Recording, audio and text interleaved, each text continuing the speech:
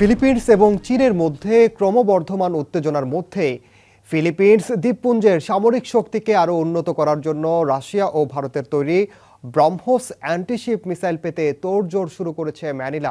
রাশিয়ার শক্তিশালী অস্ত্র ভাণ্ডার ও রুশ প্রযুক্তির ঐতিহ্য বহন করে এই ক্ষেপণাস্ত্রটি। ব্রহ্মোস ক্ষেপণাস্ত্র রাশিয়া এবং ভারতের মধ্যে ঘনিষ্ঠ সহযোগিতার একটি স্মারক হিসেবে বিবেচনা করা হয়। এটি নিয়ে শুরু হয়েছে রাজনৈতিক মেরুকরণও। চীনের হুমকি মোকাবিলায় ব্রহ্মোস মিসাইল কিনছে ফিলিপিন্স, অন্যদিকে চীন আবার রাশিয়ার বন্ধু। কিন্তু রাশিয়ার তৈরি মিসাইল ব্যবহার হবে বন্ধুর বিরুদ্ধে। আর সুপারসনিক ব্রহ্মোস মিসাইল আসলে কি, তাই জানাবো এবারের দৃশ্যপটে। সঙ্গে আছে আমি ওমর ইনাম।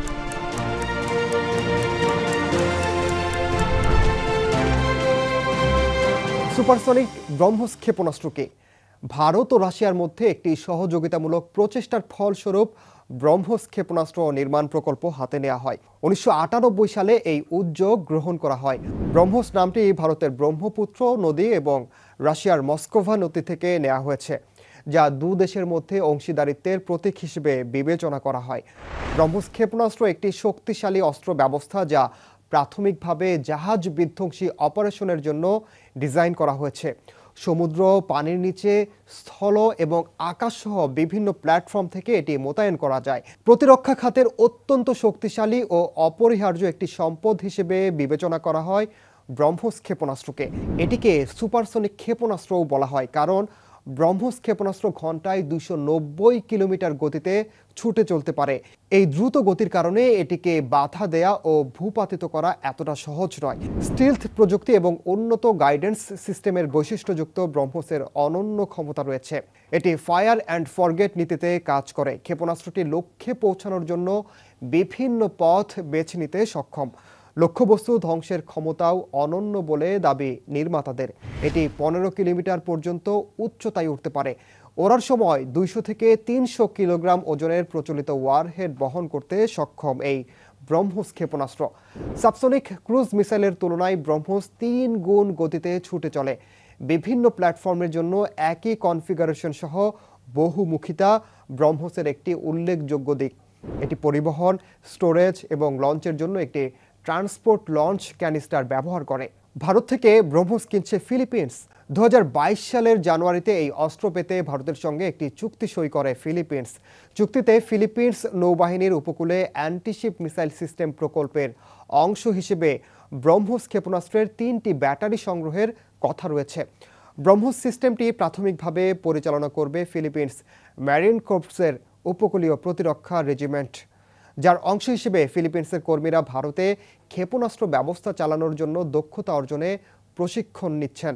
যদিও ম্যানিলা স্পষ্টভাবে কখনো স্বীকার করেনি কেন এই উন্নত ক্ষেপণাস্ত্র প্রযুক্তি পেতে মরিয়া তারা। তবে বিশ্লেষকরা বলছেন, চীনের সঙ্গে দ্বন্দ্বের কারণে বিশ্বের দ্রুততম সুপারসনিক ক্রুজ ক্ষেপণাস্ত্র সংগ্রহের সিদ্ধান্ত নিয়েছে ফিলিপিন্স। বছরের পর বছর ধরে দুই দেশের মধ্যে দীর্ঘস্থায়ী বিরোধ এবং বিতর্কিত আঞ্চলিক দ্বন্দ্বের কারণেই এমনটা ধারণা করছেন তারা। তবে ব্রহ্মোস যেহেতু ভারত ও রাশিয়ার যৌথ উদ্যোগ, তাই তৃতীয় পক্ষের কাছে এই ক্ষেপণাস্ত্র বিক্রির জন্য দুই দেশেরই সর্বসম্মত অনুমোদন প্রয়োজন।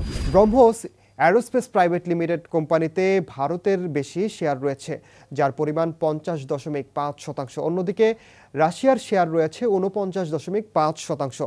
আপাত দৃষ্টিতে এই যৌথ উদ্যোগের তুলনামূলক কম আর্থিক অংশীদার রাশিয়া। তবে এরপরও ব্রহ্মোসের প্রযুক্তিগত অংশীদারিত্বের বড় ভাই হিসেবে বিবেচনা করা হয় মস্কোকেই।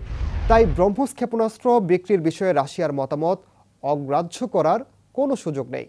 বন্ধু চীনের বিরুদ্ধে রুশ ক্ষেপণাস্ত্র, এত কিছুর পরও মস্কোর অন্যতম ঘনিষ্ঠ বন্ধু বেইজিং। তাই ম্যানিলার কাছে রাশিয়া আদৌ ব্রহ্মোস বিক্রির অনুমোদন দিবে কিনা সেটি নিয়ে অনেকেই প্রশ্ন তুলেছেন, কিংবা ম্যানিলার কাছে ব্রহ্মোস ক্ষেপণাস্ত্র বিক্রি নিরুৎসাহিত করার জন্য কূটনৈতিক চাপ প্রয়োগ করেছে কিনা তারা, এটা নিয়েও প্রশ্ন রয়েছে।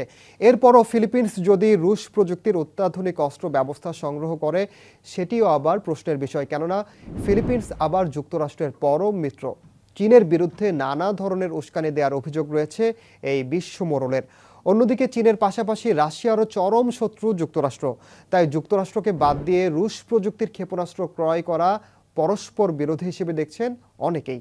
2023 সালের শেষের দিকে বিতর্কিত সেকেন্ড থমাস শোলে ফিলিপিন্সের নাবিকদের সঙ্গে চীনা বাহিনীর সদস্যদের উত্তেজনার সময় যুক্তরাষ্ট্র ফিলিপিন্স বন্ধুত্বের গুরুত্ব আবারও সামনে চলে আসে। 1951 সালের পারস্পরিক প্রতিরক্ষা চুক্তির বিধান উল্লেখ করে ফিলিপিন্সের ওপর চীনের সশস্ত্র হামলার ক্ষেত্রে তারা মিত্রকে রক্ষা করার প্রতিশ্রুতি পুনর্ব্যক্ত করেছে। নির্ভুল নিশানায় চীন পাকিস্তান ও চীনের সঙ্গে থেমেই উত্তেজনা দেখা দেয় ভারতের।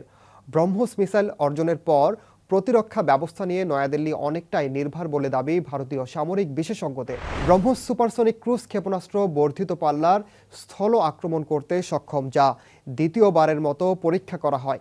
এর মধ্য দিয়ে ভারতীয় নৌবাহিনী পাকিস্তানের ভূখণ্ডের গভীরে আঘাত করার কৌশলগত সক্ষমতা অর্জন করেছে বলেও দাবি করা হয়। শুধু পাকিস্তানি নয়, বিশ্বের অন্যতম দ্রুততম সুপারসনিক ক্রুজ ক্ষেপণাস্ত্রটি ইন্দো প্রশান্ত মহাসাগরীয় অঞ্চলে চীনের মতো শক্তিশালী প্রতিপক্ষের বিরুদ্ধে একটি গুরুত্বপূর্ণ প্রতিরোধের ভূমিকা পালন করবে বলেই মনে করেন অনেকে।